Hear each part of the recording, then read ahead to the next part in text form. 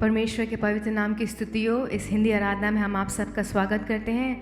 आइए अपनी आंखों को बंद करके सरों को झुका के परमेश्वर के चरणों में चलें। महान जीवित सामर्थ्य परमेश्वर, इस सुबह के वक्त हम तेरा धन्यवाद देते हैं राजा। तूने ये हमें मौका दिया है कि हम तेरी कुछ देर आराधना कर सके। परमेश्वर धन्यवाद देते परमेश्वर आज का दिन दिखाने के लिए राजा। अगर आज हम जीवित हैं परमेश्वर, ये तेरी कृपा के कारण है परमेश्वर। सारे उपकारों को सोच के हम तेरा धन्यवाद देते हैं परमेश्वर। आज के सुबह में परमेश्वर तेरी सच्चे दिल से आराधना करने के लिए तो हम सबको सहायता कर परमेश्वर। और परमेश्वर तेरी आराधना करने से हमें जो कुछ रोक रहा है राजा, उन सबको तू यीशु नासरी के नाम से दूर कर दे परमेश्वर। और राजा तू हमें अपना बल दे, हमें अपना सामर्थ्य दे, ताकि सच्चे दिलों से तेरी आराधना कर सके परमेश्वर।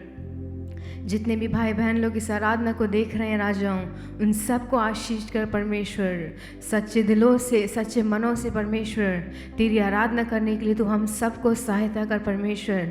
और इस महीने के परमेश्वर दूसरा सप्ताह तूने हमको दिखाया है राजा। पिछले एक हफ्ते तो हमारे साथ रहा, हम तेरा धन्यवाद देते हैं परमेश्वर। इस दूसरे हफ्ते में राजा तूने कदम रखने के लिए सहायता किया, हम तेरा धन्यवाद देते हैं। इस साल के आखिरी दिनों में हम आ चुके हैं परमेश्वर। और राजा तुझे और धन्यवाद देने के लिए, तेरे और करीब आने के लिए तो हमें सहायता कर परमेश्वर। अपने लहू से हमें धो के शुद्ध कर परमेश्वर। अपने लहू से हमें धो के शुद्ध कर राजा। हमारे जीवनों को और पवित्र कर परमेश्वर। और परमेश्वर हमारे जीवनों को परमेश्वर और जांचने के लिए और परखने के लिए तो हमें सहायता कर परमेश्वर। आज की आराधना से परमेश्वर सारा आदर और महिमा हमें आपको देने के लिए सहायता कर परमेश्वर। और जो भी शक्तियाँ तेरी आराधना करने से हमें रोक रही है, वो परमेश्वर जो भी शक्ति है परमेश्वर तेरी स्तुति करने से हमें रोक रही है राजा, उन सारी शक्तियों को हम यीशु नासरी के नाम से नष्ट कर देते हैं परमेश्वर। और तेरे को परमेश्वर महसूस करने के लिए, तेरी उपस्थिति को महसूस करने के लिए तो हमें सहायता कर परमेश्वर। सारे बंधनों को तोड़ने वाला परमेश्वर तू है, आज़ादी देने वाला परमेश्वर तू है परमेश्वर। वो हमारी प्रार्थनाओं को सुनने वाला परमेश्वर तू है, उत्तर देने वाला परमेश्वर तू है राजा। क्योंकि तू राजाओं का राजा है, प्रभुओं का प्रभु है, हमारा स्वर्गीय पिता है। हम तेरा धन्यवाद देते हैं परमेश्वर। सारी बातों को सोच के तुझे धन्यवाद देने के लिए सहायता कर परमेश्वर। सारे उपकारों को सोच के तेरे नाम को और ऊंचा उठाने के लिए सहायता कर परमेश्वर। जब हम तेरी मिलकर आराधना करें, तेरी उपासना करें परमेश्वर, तो स्वर्ग के दरवाज़ों को खोल के परमेश्वर हमारे बीच में आ जा राजा। वो इस जगह को परमेश्वर, इस मंडली को राजा तू अपनी पवित्र आँख से भर दे राजा।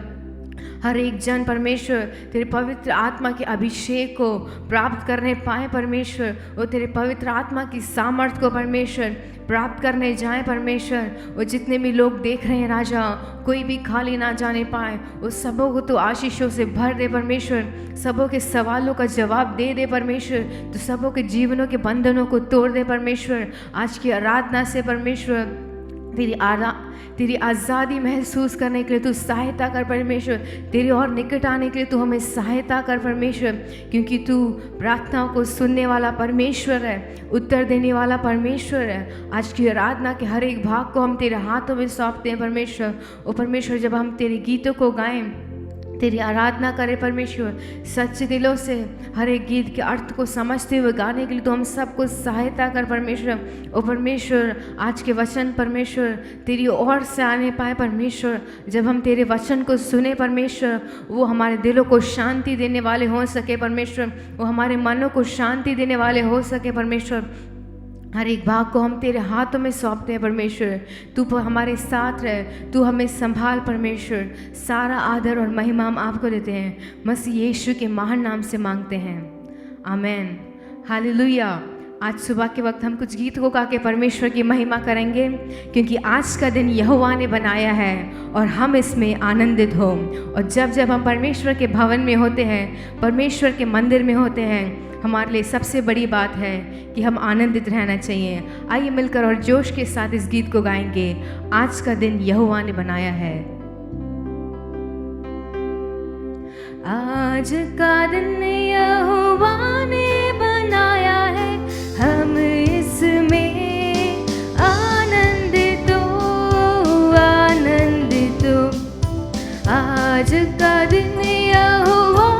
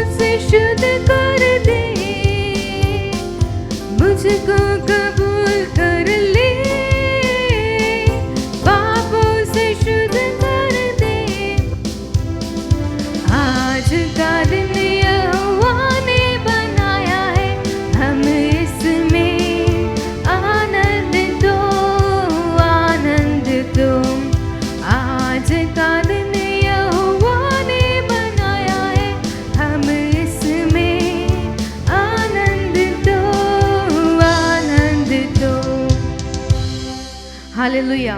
और जब हम परमेश्वर के भवन में बैठते हैं, परमेश्वर के चरणों में बैठते हैं, जो आनंद हमें परमेश्वर के चरणों में मिलता है और जो उत्साह हमारे जीवन में परमेश्वर देता है, उन सब के साथ हमें मिलकर परमेश्वर का नाम ऊंचा करना चाहिए। आइए इस दूसरे गीत को गाएंगे। सारे सृष्टि के मालिक तुम ही हो, सारी सृष्टि के रक्षक तुम ही हो। आइए मिलकर इस गीत को गाएं। सारी सृष्टि के मालिक तुम ही हो, सारी सृष्टि के रक्षक तुम ही हो। करते हैं तुझको सादर प्रणाम, गाते हैं तेरे ही गुणगान। सारी सृष्टि के मालिक तुम ही हो, सारी सृष्टि के रक्षक तुम ही हो। करती है तुझको सादर प्रणाम, गाती है तेरे ही गुणगान। हालेलुया,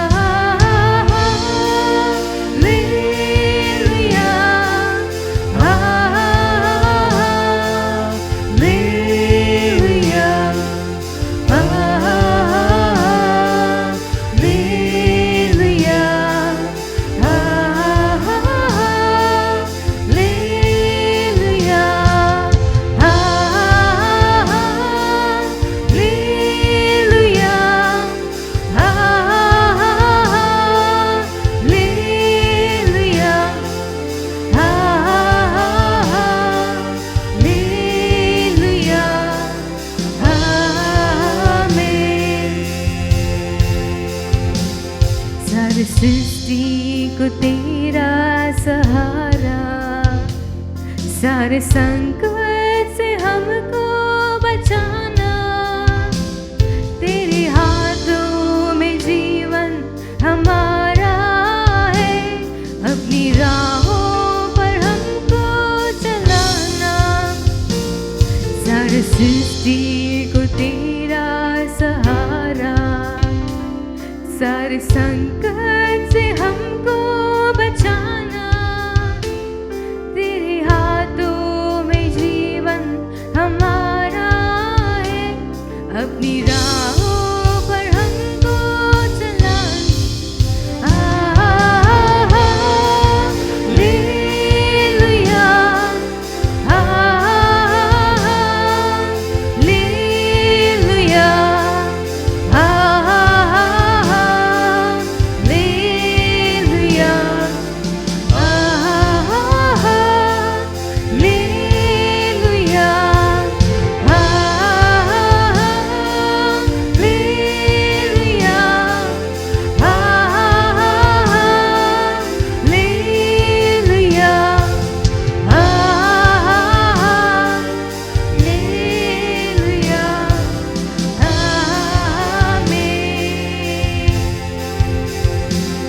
हम हैं तेरी हाथों की रचना,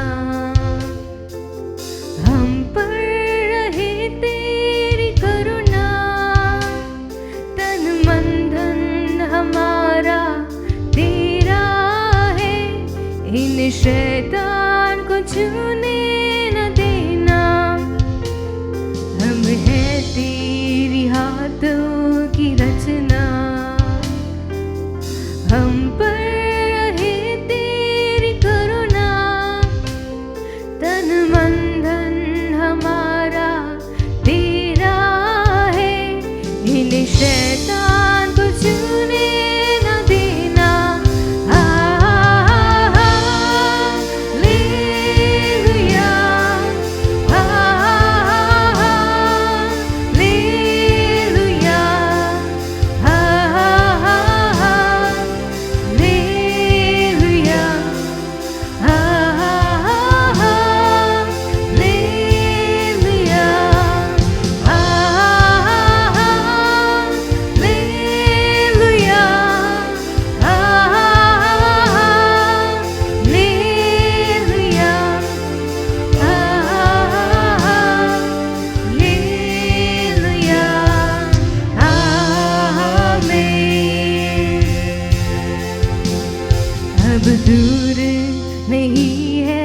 किनारा, धीरज को हमारे बढ़ाना, जीवन की हमारी इस नैया को भवसागर में खोने न देना।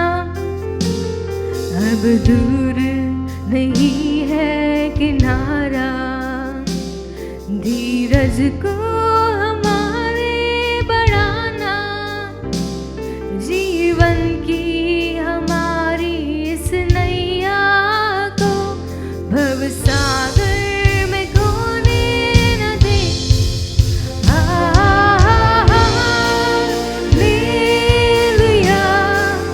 हालेलुया। अपने दोनों हाथों को उठा के परमेश्वर के चरणों में उसको स्तुति की भेंट देने जा रहे हैं। आइए मिलकर गाएं।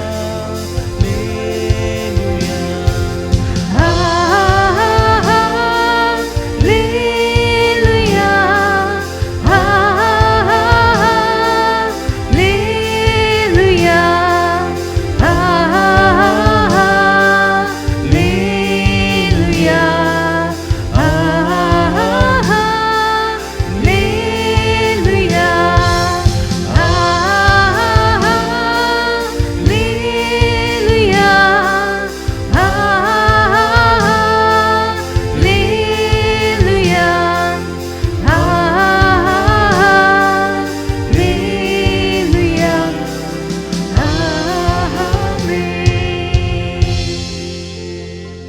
क्या हम एक आखिरी बार परमेश्वर को पुकारते हुए बोले हालेलुया,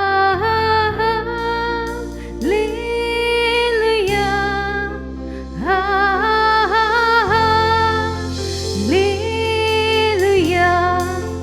हालेलुया,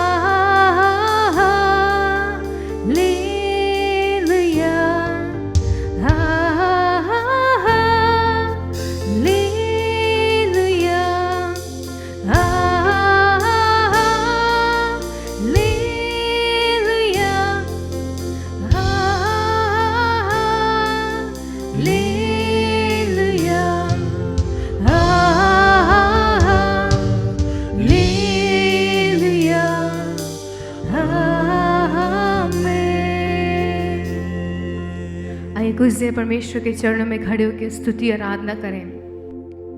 हर एक बातों को भूल के परमेश्वर की ओर अपना ध्यान दें। अपने कामों को भूल के आप जहाँ पे भी हैं, अपने घरों पे और कहीं पे भी हैं, उसके चरणों में खड़े होके उसकी आराधना करें। क्योंकि हम जिस परमेश्वर की आराधना करते हैं वो पवित्र परमेश्वर है। और जब हम उसकी आराधना करते हैं तो भय और भक्ति के साथ परमेश्वर की आराधना करनी चाहिए। क्योंकि वो महान और सामर्थी परमेश्वर है। वो मनुष्य नहीं है, वो परमेश्वर है। वो हमारा पिता है। जो आदर और सम्मान हम दूसरे लोगों को देते हैं उससे कहीं अधिक हमारा परमेश्वर उस आदर और सम्मान के योग्य है। आइए कुछ देर अपने मुंह को खोल के परमेश्वर की आराधना करें। आप जिस भाषा को जानते हैं उस भाषा में उस परमेश्वर की उपासना करते हुए कहें, धन्यवाद देते हैं राजा सारे उपकारों के लिए, क्योंकि तू हमारा मालिक है। तू सर्व सृष्टि का मालिक है। तूने परमेश्वर पिछले 10 महीने हमारी रक्षा की। और राजा जब हमारी नाव डूब रही थी समुद्र में, और राजा तू हमारे नाव को पार लेके आया। हमारे जीवनों से हर एक दुखों को दूर किया। परमेश्वर हम तेरा धन्यवाद देते हैं राजा। वो परमेश्वर आज की सुबह के परमेश्वर समय में तेरी और स्तुति करने के लिए, तेरी और तारीफ करने के लिए तो हमें सहायता कर परमेश्वर। इन आखिरी 2 महीने में परमेश्वर जो तेरे को आदर और सम्मान देना है, जितना तेरे करीब जाना है परमेश्वर, जितना परमेश्वर तेरे बातों को और स्मरण करना है, जितना तेरी और बातों पर चलना है राजा, तू हमें सहायता कर परमेश्वर। वो प्रतिदिन तेरा भय परमेश्वर हमारे जीवन में और उपजने के लिए और बढ़ने के लिए तू हमें सहायता कर परमेश्वर। क्योंकि तू महिमा और आदर के योग्य है राजा। तू स्तुति और प्रशंसा के योग्य है परमेश्वर। हम तेरा धन्यवाद देते हैं राजा, तेरी स्तुति करते हैं परमेश्वर, क्योंकि तू सारा आदर और महिमा के योग्य है राजा।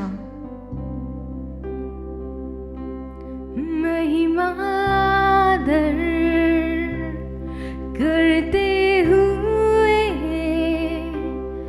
अपने हाथों को उठाकर आराधना करते हैं। महिमा दर करते हुए अपने हाथों को उठाकर आराधना करते हैं। तू है महान, तू करता अद्भुत काम, तेरे जैसा कोई नहीं, ओ तेरे जैसा कोई नहीं। तू है महान, तू करता अद्भुत काम, तेरे जैसा कोई नहीं, ओ तेरे जैसा कोई नहीं। महिमा दर करते हुए अपने हाथों को उठाकर आराधना करते हैं। महिमा दर करते हुए अपने हाथों को उठाकर आराधना करते हैं। तू है महान, तू करता अद्भुत काम, तेरे जैसा कोई नहीं, ओ तेरे जैसा कोई नहीं। तू है महान, तू करता अद्भुत काम, तेरे जैसा कोई नहीं, ओ तेरे जैसा कोई नहीं। हाँ परमेश्वर, इस संसार में और इस संसार के बाहर राजा तेरे जैसा कोई नहीं है राजा, क्योंकि तू महान है परमेश्वर, तू अद्भुत काम करता है परमेश्वर। आज के सुबह के वक्त में परमेश्वर हमारे जीवनों में तू अद्भुत काम कर राजा। तू है महान, तू करता अद्भुत काम, तेरे जैसा कोई नहीं, ओ तेरे जैसा कोई नहीं। तू है महान, तू करता अद्भुत काम, तेरे जैसा कोई नहीं, ओ तेरे जैसा कोई नहीं, ओ तेरे जैसा कोई नहीं, ओ तेरे जैसा कोई नहीं। तू है महान, तू करता अद्भुत काम, तेरे जैसा कोई नहीं, ओ तेरे जैसा कोई नहीं। तू है महान, तू करता अद्भुत काम, तेरे जैसा कोई नहीं, ओ तेरे जैसा कोई नहीं। हाँ परमेश्वर, और राजा तेरे जैसा कोई भी नहीं है परमेश्वर, क्योंकि तू सामर्थ्य खुदा है, तू पवित्र परमेश्वर है। हम तेरा धन्यवाद देते हैं परमेश्वर, धन्यवाद देते हैं महान जीवित सामर्थ्य परमेश्वर। कुछ देर तूने हमें तेरी आराधना करने के लिए सहायता किया परमेश्वर। विशेषकर हम अपने इस देश के लिए प्रार्थना करते हैं परमेश्वर, तू इस भारत देश के साथ रहे परमेश्वर, तू शांति का परमेश्वर है। और राजा हमारे देश में और शांति बढ़ा परमेश्वर, और हमारे देश के ऊंचे पद वाले लोगों को तू आशीष कर परमेश्वर। हमारे देश को परमेश्वर तू बदल दे परमेश्वर, हमारे देश को तू ज्यों का त्यों कर दे परमेश्वर। और राजा हमारे देश में परमेश्वर जितनी भी गरीबी है, जितनी भी मुसीबतें हैं परमेश्वर, जितनी भी परेशानियां हैं, उन सब को दूर कर दे परमेश्वर। परमेश्वर इस समय परमेश्वर इस कोरोना वायरस से परमेश्वर तू हम सबको बचा परमेश्वर। और जितने भी लोग हॉस्पिटल में परमेश्वर तड़प रहे हैं, ज़िंदगी और मौत के बीच में परमेश्वर जूझ रहे हैं, ओ तू उन सब के साथ रहे परमेश्वर, क्योंकि तू चंगा करने वाला परमेश्वर है राजा। तू चंगा करने वाला परमेश्वर है, ओ तू चंगा कर राजा। विशेषकर अपनी कलीसिया के लिए प्रार्थना करते हैं परमेश्वर, इस कलीसिया की तू साथ रहे परमेश्वर। हर एक पासबानों को परमेश्वर, हर एक विश्वासियों के लिए हम प्रार्थना करते हैं परमेश्वर। और अपने आत्मिक जीवनों को परमेश्वर और बढ़ाने के लिए, तेरी ओर और चलने के लिए तो हमें सहायता कर परमेश्वर। इस हिंदी आराधना को परमेश्वर तू आशीषित कर परमेश्वर। अनेक लोगों को परमेश्वर, अनेक लोग इस आराधना को देख के परमेश्वर, इस आराधना में भाग लेके तेरी आशीष को प्राप्त करने के लिए, तेरे चमत्कार को महसूस करने के लिए परमेश्वर तू सहायता कर परमेश्वर। और राजा हम तेरे वचन को सुनने जा रहे हैं राजा, अपने दास को अपने पवित्र लहू में छुपा के परमेश्वर, और तेरे वचनों को देने के लिए तू सहायता कर परमेश्वर। सारा आदर और महिमा हम आपको देते हैं, मसीह यीशु के महान नाम से मांगते हैं, आमीन। परमेश्वर की पवित्र नाम की महिमा हो। आज आपके सामने परमेश्वर के वचन को लाते समय मुझे बहुत ही खुशी होती है। मुझे मौका दिए हुए पास्टर कृष्णदास को मैं धन्यवाद करता हूँ। अगर आपने मेरी पिछली वचन को सुना होगा, पिछली बार जब मैंने प्रचार किया, मैंने आपके सामने परमेश्वर के विश्वास के बारे में मैंने कहा था। आज हम उसी सिलसिले में कुछ देखने वाले हैं। वचन को देखने के पहले हम प्रार्थना करेंगे। आइए अपनी आंखों को बंद करें और प्रार्थना करें। हे परमेश्वर, हम प्रार्थना करते हैं अपनी कृपा, अपनी अनुग्रह हम पर रखना। अब तक आपने हमें आशीष किया, आराधना के द्वारा, गीतों के द्वारा आपने हमें आशीष किया, इसका धन्यवाद करते हैं। आपकी उपस्थिति हमारे बीच में है, इसके लिए धन्यवाद करते हैं। हम प्रार्थना करते हैं कि आप हमारी मन की आंखों को खोल दीजिए, हमारे बंधनों को खोल दीजिए। आपका वचन हमें स्पर्श करने के लिए और हमारे जीवन में कार्य करने के लिए हम प्रार्थना करते हैं। हमारे संग रहिए, अगुवाई कीजिए, यीशु के नाम से मांगते हैं पिता, आमीन।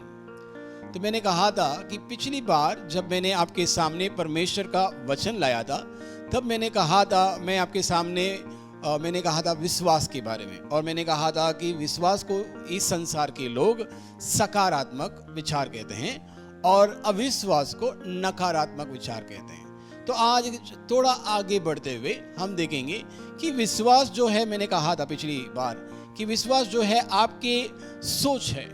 तो सोच सिर्फ केवल सोच रहना ही काफ़ी नहीं है। हमारा विषय, हमारा विश्वास थोड़ा आगे बढ़ना है। हमारा विश्वास यहाँ से निकलकर यहाँ आना चाहिए। तो यहाँ से होकर जब यहाँ आएगा तो उसकी सामर्थ है, क्योंकि वचन सामर्थी है, शब्द में सामर्थ है। अगर आप बाइबल में पढ़ते हैं तो बाइबल में लिखा है कि परमेश्वर ने आदि में सब कुछ अपने वचनों से बनाया।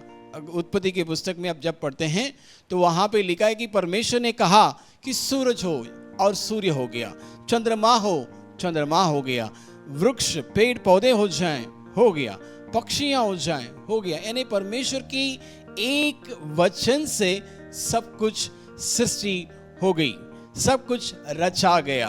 तो सामर्थ वचनों में है, शब्दों में है। इसे आप बाइबल में अनेक जगह पर पढ़ सकते हैं। नीति वचन में सुलेमान अपनी बातों में इस तरह से कहते हैं। अगर आप नीति वचन 18वां अधिकार उसका 20 और 21वां वचन पढ़ेंगे, 18वां अध्याय और उसका 20 और 21 पढ़ते हैं तो इस तरह से लिखा है। 21वां वचन इस तरह से कहता है कि मृत्यु और जीवन मनुष्य के मुंह से निकलता है। यहाँ पे इस तरह से लिखा है कि जीव के वंश से मृत्यु और जीवन दोनों होते हैं। फिर से पढ़ता हूं, जीव के वंश में मृत्यु और जीवन दोनों होते हैं। देखिए वचन में ऐसा नहीं लिखा है कि जीवन और मृत्यु। कैसा लिखा है वचन में? वचन में लिखा है जीव के वश में मृत्यु और जीवन, यानी मृत्यु यानी जो बुरा है वो पहला लिखा है, जीवन यानी जो अच्छा है उसके बाद में लिखा है। हमारे वचन बुरा भी कर सकता है और अच्छा भी कर सकता है। बुराई पहला लिखा है क्योंकि अधिकांश लोग अपने मुंह से नकारात्मक या फिर अविश्वास की बात बोलते हैं। आपके वचनों में सामर्थ्य है। आप विश्वास करें या ना करें, आपके वचनों में सामर्थ्य है, क्योंकि परमेश्वर वचन के अंदर सामर्थ्य दिए हैं। क्योंकि जैसे कि मैंने कहा, उत्पत्ति की पुस्तक में जो कुछ परमेश्वर ने उत्पन्न किया, सब कुछ अपने शब्दों से परमेश्वर ने रचाया है। तो शब्द में या फिर वचन में बहुत ही सामर्थ्य है। आपके मुंह से निकलने वाला हर एक शब्द में सामर्थ्य है। अनेक बार हम क्या करते हैं, हम लोग जो हमारे हर दिन के जीवन में हम लोग बातें करते समय बहुत सारे झूठ बोलने लगते हैं और कहते हैं कि मैंने मजाक में कहा था। कभी कभी हम फ़ोन में बात करते हैं, फ़ोन में बात करते समय सामने वाले को बोलते हैं ऐसा लगता है कि मैं ना मर जाऊं, और ऐसे आंख मारते हैं। तो बोलते कुछ और हैं, हम क्या बोलते हैं कि मुझे ऐसा लगता है कि मैं मर जाऊं, और आंख मारते हैं तो हमको ऐसा लगता है मैं झूठ बोल रहा हूं। फ़ोन वाला तो ये नहीं देख सकता है, लेकिन आपके मुंह से क्या निकला कि आप मरना चाहते हो। आपके मुंह से आपने नकारात्मक बात बोली है, लेकिन आप आंख मारने से आपको ऐसा लगता है ये मजाक है। मजाक इस तरह से नहीं होती है, आपके शब्दों में सामर्थ्य होती है। तो आप इसे समझना चाहिए, क्योंकि वचन कहता है कि आपके मुंह के वश में मृत्यु और जीवन, बुराई और भलाई, सामर्थ और बलहीनता, आपके जीवन में चमत्कार या फिर गड़बड़ कुछ भी हो सकता है आपके शब्दों से। आप अपने शब्दों को किस तरह से बोलते हैं। हम लोग, जैसे कि मैंने कहा, झूठ बोलना हमारे लिए एक ना साधारण सी बात हो गई, हम ऐसे ही झूठ बोलने लगते हैं। या फिर हम लोग क्या करते हैं, अधिकांश हमारे जीवन में हमारे मुंह में जो आता कहते हैं। जैसे कि हम प्रार्थना भी करते हैं, प्रार्थना करने के बाद हम लोग, समझ लीजिए आपकी पैसों की समस्या है और आप प्रार्थना करते हैं कि परमेश्वर, मैं प्रार्थना करता हूं कि आप ये जरूरत को पूरा कर दीजिए। पूरा करने के बाद आप बाहर आते हैं, प्रार्थना करने के बाद आप बाहर आते हो, बाहर आकर आप किसी को फोन लगाते हो और बोलते हो देखो मेरे पास पैसा नहीं है, तुम कर्ज दे दो, तुम उधार दे दो, तुम ऐसा कर दो। तो आपके शब्द कैसे, आप अभी प्रार्थना कर आए कि परमेश्वर मुझे पैसा दे दो, और यहाँ आकर आप किसी और से फोन करके ये बोल रहे हो कि मुझे आपकी पैसे की जरूरत है। तो ये कैसा हो सकता है, मुझे पता नहीं चल रहा है। अगर आप प्रार्थना करते हो, विश्वास करते हो, तो आपके शब्द में ऐसा ही आना चाहिए। आप किसी से फ़ोन करते हो तो बोलना चाहिए कि भाई मेरे लिए प्रार्थना करो, मैंने परमेश्वर से मांगा है, ये मुझे पैसा यहाँ से आना है, मुझे आ जाएगा, आप इसके लिए प्रार्थना कीजिए। अगर आप परमेश्वर से कुछ अपेक्षा करते हैं तो उसे आप बोलिए और उसका इंतज़ार कीजिए। आप ऐसा नहीं कर सकते हैं कि आप कुछ विश्वास करते हैं और कुछ उसका विपरीत बोल सकते हैं। ऐसा हो ही नहीं सकता, ऐसा नहीं हो सकता। आप जो विश्वास करते हैं वही आप बोलेंगे, क्योंकि वचन में लिखा है कि आपकी दिल में जो भरा रहता है वही बाहर आता है। अगर आपके मन में विश्वास भरा रहेगा तो विश्वास की शब्दें आएंगी। अगर आपके मन में अविश्वास होगा तो आपके मुंह से अविश्वास की बात निकलेगी। तो आप ध्यान दें कि आप क्या बोलते हैं, आप किस प्रकार के वचनों का या फिर किस प्रकार के शब्दों का उपयोग करते हैं, ध्यान देना जरूरी है। तो मैं आज आपसे कहता हूं, आपका परिस्थिति चाहे कुछ भी हो, आप आज परमेश्वर से जो भी मांगते हो, आप जो मांग लिए हो, आप बोलिए कि परमेश्वर आप मेरे जीवन में ये काम करने वाले हो, इसके लिए धन्यवाद। आप लोगों को भी बोल सकते हैं कि परमेश्वर मेरे जीवन में काम कर रहा है। आप अपने आप से बोल सकते हो कि देखो मेरे जीवन में आने वाले दिनों में परमेश्वर ऐसा ऐसा ऐसा काम करने वाला है। आप अपने आप से बात कीजिए, दूसरों से बात कीजिए, लेकिन जो भी बात कीजिए आप विश्वास भरी बात कीजिए, क्योंकि याद रखिए मैंने वचन में कहा था, नीति वचन में लिखा है कि मृत्यु और जीवन जीभ के वश में है। तो आपके जीभ में, आपके जुबान में मृत्यु भी है और जीवन भी है। चुनना आपको है। आप जैसे चुनकर बात करेंगे उसी के अनुसार आपका जीवन होगा। अगर आप उदाहरण कहना चाहता हूं, उदाहरण में आप देखिए पहला सामुएल की पुस्तक में दाऊद को देखिए। दाऊद एक साधारण चरवाहा है। आप सब जानते हैं, जो बाइबल को पढ़ते हैं अच्छी तरह से जानते हैं कि दाऊद एक चरवाहा था। वो जब एक बालक था या फिर एक बेटा, एक लड़का था, लड़कापन था उसका, तो एक दिन उसका पप्पा उसे बुलाते हैं और बोलते हैं कि बेटा जा, तेरे भाई लोग युद्ध के लिए गए हैं और जाकर उनका हाल पूछ कर आ, और जाते समय ये कुछ खाने का सामग्री ले जा।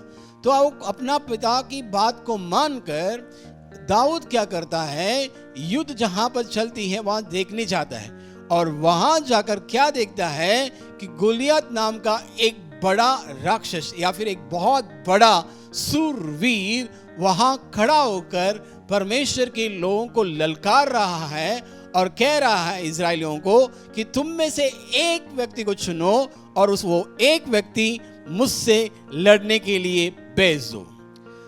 तो इसे जब दाऊद देखता है, दाऊद को गुस्सा आता है और दाऊद कहता है कि ये व्यक्ति कौन है जो मेरे परमेश्वर की नाम की निंदा करता है, और लोगों से पूछताछ करने लगता है कि अगर इसको मार दिया जाए तो क्या मिलेगा। देखिए, दाऊद कोई युद्धवीर नहीं है, वो कोई सैनिक नहीं है, उसको कोई सेना का कोई प्रशिक्षण नहीं मिला है। वो एक चरवाहा है और उसको भेड़ चराना आता है, लेकिन वहां खड़ा रहकर वो ये देखता है कि गोलियत जो है मेरे परमेश्वर की नाम की निंदा कर रहा है और मैं उसे नहीं छोड़ूंगा। उसकी मुंह की शब्दों को ध्यान दीजिए, उसके विचारों को ध्यान दीजिए और उसके सोच को ध्यान दीजिए कि क्या सोच रहा है एक लड़का एक सूरवीर के सामने क्या सोचता है। वो ये सोचता है कि मैं जाऊंगा और गोलियत से लड़ूंगा। तो वहां आसपास के लोगों से जब वो बोलने लगता है तो उससे शाऊल राजा के पास ले जाते हैं। शाऊल राजा उसे देखकर दंग रह जाता है कि एक साधारण सा लड़का इस गोलियत से कैसे लड़ सकता है, क्योंकि पिछले 40 दिन से गोलियत इस सेना को ललकार रहा है और हर दिन यही कह जा रहा है कि तुम में से एक व्यक्ति को चुनकर मुझसे लड़ने के लिए कहो, और कोई भी गोलियत से लड़ने के लिए तैयार नहीं था। लेकिन यहां देखो, एक लड़का जो अपने भाइयों को खाना देने के लिए आया, जो अपने भाइयों का हाल पूछने के लिए आया, वो वहां पर इस सूरवीर को मारने की बातें करता है। तो शाऊल राजा आखिर उसकी बात को मान ही देते हैं और उसे भेजने लगते हैं। जब वो जाता है तो लड़ने के लिए तलवार नहीं लेके जाता, वो भाला नहीं लेके जाता, ना ही वो कोई तीर ले जाता है या फिर कोई धनुष ले जाता है। वो कुछ पत्थर लेकर अपने गोफन लेकर जाता है और जाते समय क्या कहता है, जब उसकी आमना सामना हो जाता गोलियत के साथ, तो गोलियत को देखकर कहता है, देखो आज मैं तेरा सिर तुम्हारे गर्दन से काट कर अलग कर दूंगा। ध्यान दीजिए दाऊद की बात को। दाऊद कहता है कि आज मैं तेरे सिर को तेरे गर्दन से अलग कर दूंगा। लेकिन ध्यान देने की बात यह है कि दाऊद के पास काटने के लिए कोई हथियार नहीं है। उसके पास कोई कोयता नहीं, कोई चाकू नहीं, कोई तलवार नहीं, लेकिन कहता क्या है कि आज मैं तेरे सिर को काट कर अलग कर दूंगा। और उसके पास क्या है? गोफन और कुछ पत्थर। और दाऊद जाता है और आमना सामना होता है उसका गोलियत के साथ। गोलियत बड़ा गुस्सा से भरा हुआ है, क्योंकि उसके साथ उसका सामना करने के लिए एक छोटा सा लड़का आया है और उसके हाथ में क्या है? लकड़ी, और दूसरे हाथ में क्या है? गोफन और कुछ पत्थर। उसे देखकर गोलियत को बहुत गुस्सा आया और उसने कहा, तुमको क्या लगता है कि मैं कुत्ता हूं? क्या तुम कुत्ता मारने के लिए आए हो? गुस्सा से बात करता है। और दाऊद क्या करता है? उसकी और जाकर एक पत्थर अपने गोफन से निकालकर गोफन में रखकर उसे घुमा घुमा कर गोलियत की ओर भेजता है। ध्यान दीजिए कि जब गोलियत के बारे में वचन में लिखा है कि गोलियत को सिर में उसका हेलमेट थी, उसके छाती में भी उसका पूरा छाती, उसका हाथ, उसका बाजू, सब जगह पर उसके लिए सुरक्षा कवच थी।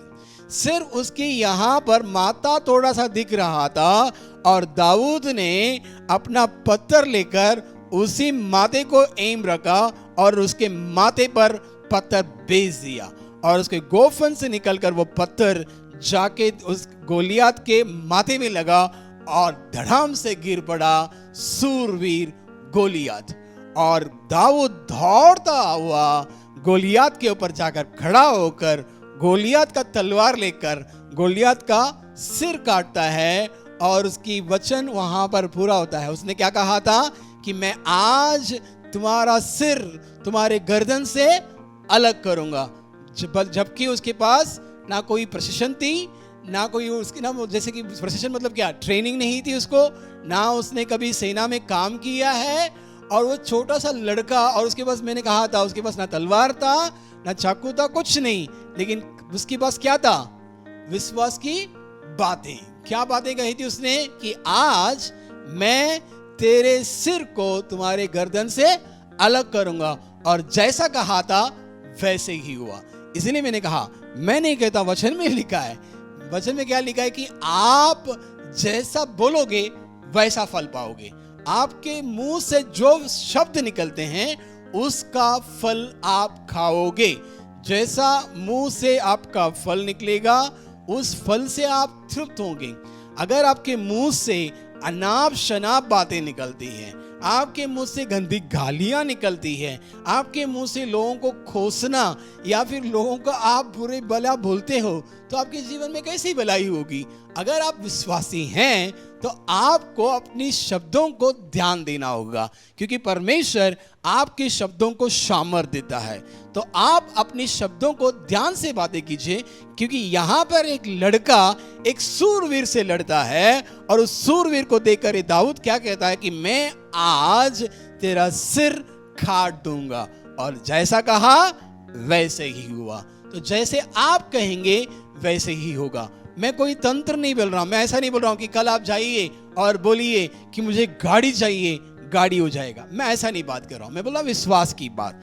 आप परमेश्वर से जो मांगेंगे उसके लिए काम भी करना है आपको, नहीं तो इस संसार में, जैसे कि मैं काम करता हूं, मुझे काम करने की जरूरत ही नहीं है। मैं विश्वास करता रहूंगा, हो जाएगा।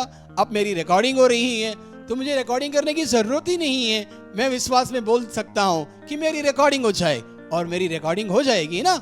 अगर तो आपको ध्यान देना होगा कि जब मैं विश्वास की बातें कर रहा हूं तो मैं कोई जादू टोने की बात नहीं कर रहा हूं, मैं परमेश्वर की सामर्थ की बात कर रहा हूं।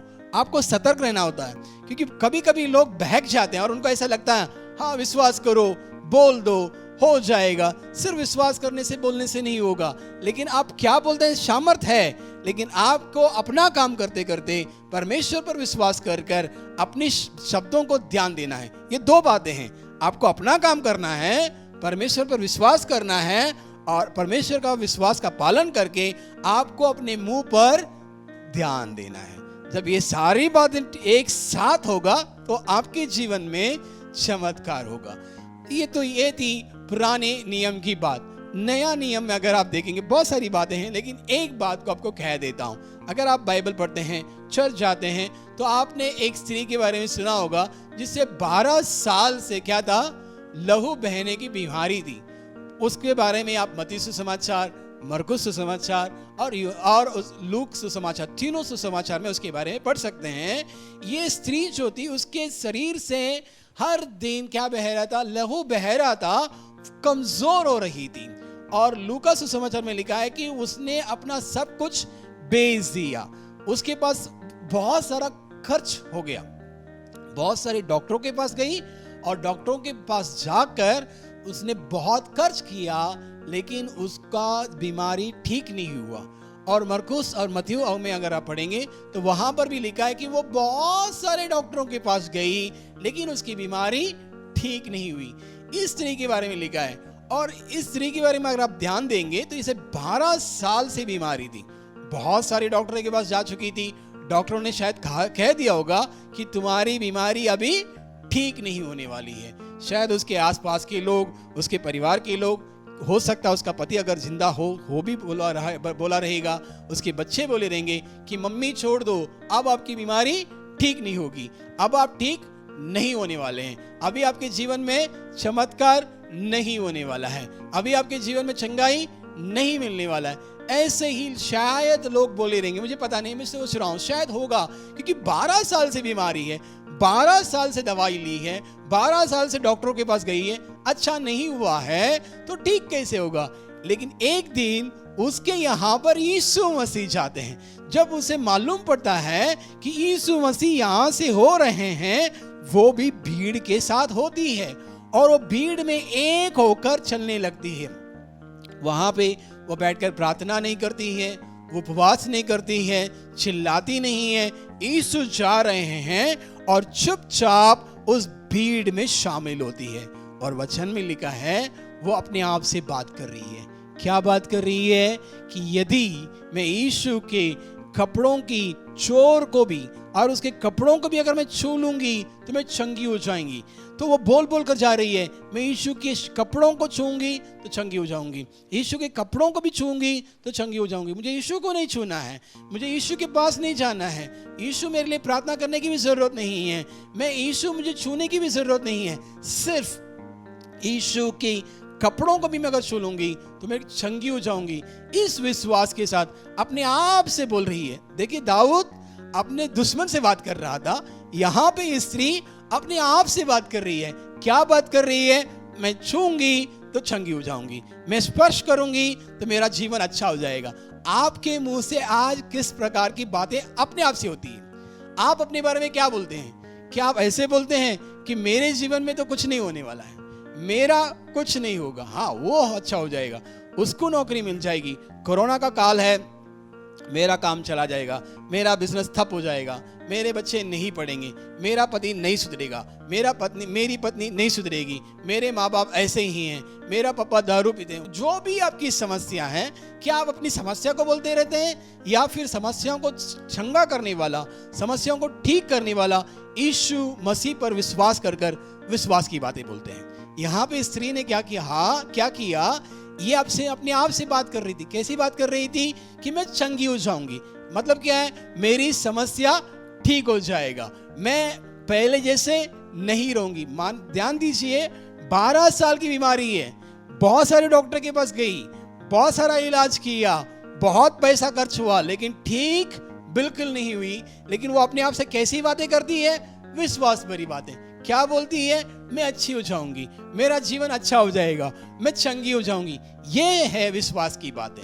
आपका परिस्थिति चाहे कुछ भी हो, आप बीमार हो सकते हैं, आपकी जैसे कि मैंने कहा, कोरोना काल में बहुत सारे लोगों का काम चला गया, लोगों को स्कूल जाना मुश्किल हो रहा है, लोगों के पास लैपटॉप मोबाइल्स नहीं है, बहुत सारे लोगों का काम चला गया है, बहुत सारी समस्या हैं, किसी से कर्ज लिया है, दे नहीं पा रहे हैं, या किसी को आपने पैसा दिया वो दे नहीं रहा है, बहुत सारी समस्याएं, घर का भाड़ा नहीं भर पा रहे हैं, बहुत सारी समस्याएं हैं, बहुत सारी।